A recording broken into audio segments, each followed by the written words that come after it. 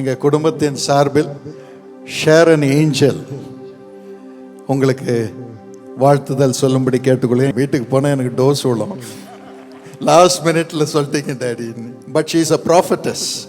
Holi Spirit is speaking to her. உங்கள் அனைவரையும் பார்ப்பது எனக்கு மிகுந்த சந்தோஷம். இன்றைக்கி நான் இந்த ஸ்டேஜில் உட்காந்துருக்கும் போது நான் அந்த ஷார்ட்ஸில் வந்து சில பேர் வீல் சேரில் வந்திருக்காங்க, சில பேர் மென்டல் ஹெல்த் இஷ்யூஸ் இருக்கிறத நான் பார்த்தேன். என்னோட வாஞ்சை என்னென்னா, நீங்கள் இந்த மைதானத்தை விட்டு போகும்பொழுது வீல் சேர் இங்கே இருக்கணும், ஆனால் நீங்கள் 2 காலையும் சுகமாக நடந்து போகணும் அப்படின்னு தான் எனக்கு ஆசை. இப்போது நான் ஒரு வார்த்தை சொல்கிறேன், இயேசுவின் நாமத்தில் எந்திரிச்சு நடங்க.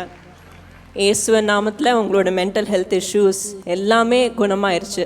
அதனால் இன்னையோட நீங்கள் அந்த மென்டல் ஹெல்த் இஷ்யூ இருக்குது அப்படின்னு நினைக்காதீங்க. ஆண்டவர் உங்களை சுகப்படுத்திட்டார். இன்னும் 2வதான விஷயம், நம்ம உலகத்தில் வந்து எத்தனையோ பிரிவினை பார்க்குறோம். இந்த நாட்டிலையும் சரி வெளியூர்லேயும் சரி ரொம்ப ஸ்ட்ராட்டஜிக்கான நாடுகளில் நிறைய பிரிவினைகள் பார்க்குறோம். லெஃப்ட் அண்ட் ரைட் பயங்கர எக்ஸ்ட்ரீமிசம் பார்க்குறோம்.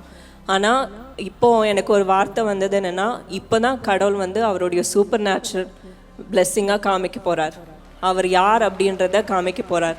இது வரைக்கும் நான் உன்னதமாக இருக்கணும், நான் சுத்தமாக இருக்கணும், நான் ரைச்சஸாக இருக்கணும், அப்போ தான் எனக்கு ஆண்டவர் தந்தை காமிப்பார் அப்படின்னு ஒரு வார்த்தை இருந்துச்சு. ஆனால் இப்போ ஆண்டவர் யாருன்னே தெரியாதவங்க எல்லாரும் ஆண்டவர் யார், இயேசுசாமி யார் அப்படின்னு பார்ப்பாங்க. அந்த வல்லமை இன்னையிலேருந்து அது அன்லாக் ஆகிருக்கு. ஸோ அது நீங்களும் பார்ப்பீங்க. நீங்கள் அதனால் டெய்லி வேதம் வாசித்து ஜபிக்க நான் வாஞ்சையாக உங்களை கேட்டுக்கொள்கிறேன். ஆண்டவருடைய சூப்பர் நேச்சுரல் பவரை நம்ம எல்லாம் பார்ப்போம். and it will start with miracles, and it will start with miracles in your family, and it will start with miracles tonight. So அதுக்காக நீங்கள் என்ன பண்ணணும், பயப்படக்கூடாது. ஆண்டவர் உங்களுக்கு வந்து ஒரு பிஸ்னஸ் ஐடியா கொடுத்துருக்காருன்னா அதை போய் செய்யுங்க.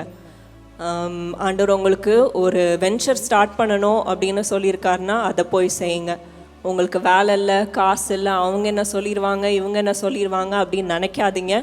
அவங்க சொல்லிட்டாங்கன்னா என்னோட மானம் என்ன ஆகும், என் குடும்பத்துக்கு என்ன ஆகும், என் குடும்பம் நடு தெருவில் நின்றுமோ அப்படின்னு நீங்கள் நினைக்காதீங்க.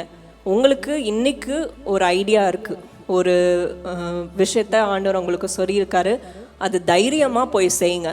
என்ன வந்தாலும் சரி, நான் சாட்சியாக சொல்கிறேன், கடவுள் உங்களை பார்த்துக்குவார். God bless you.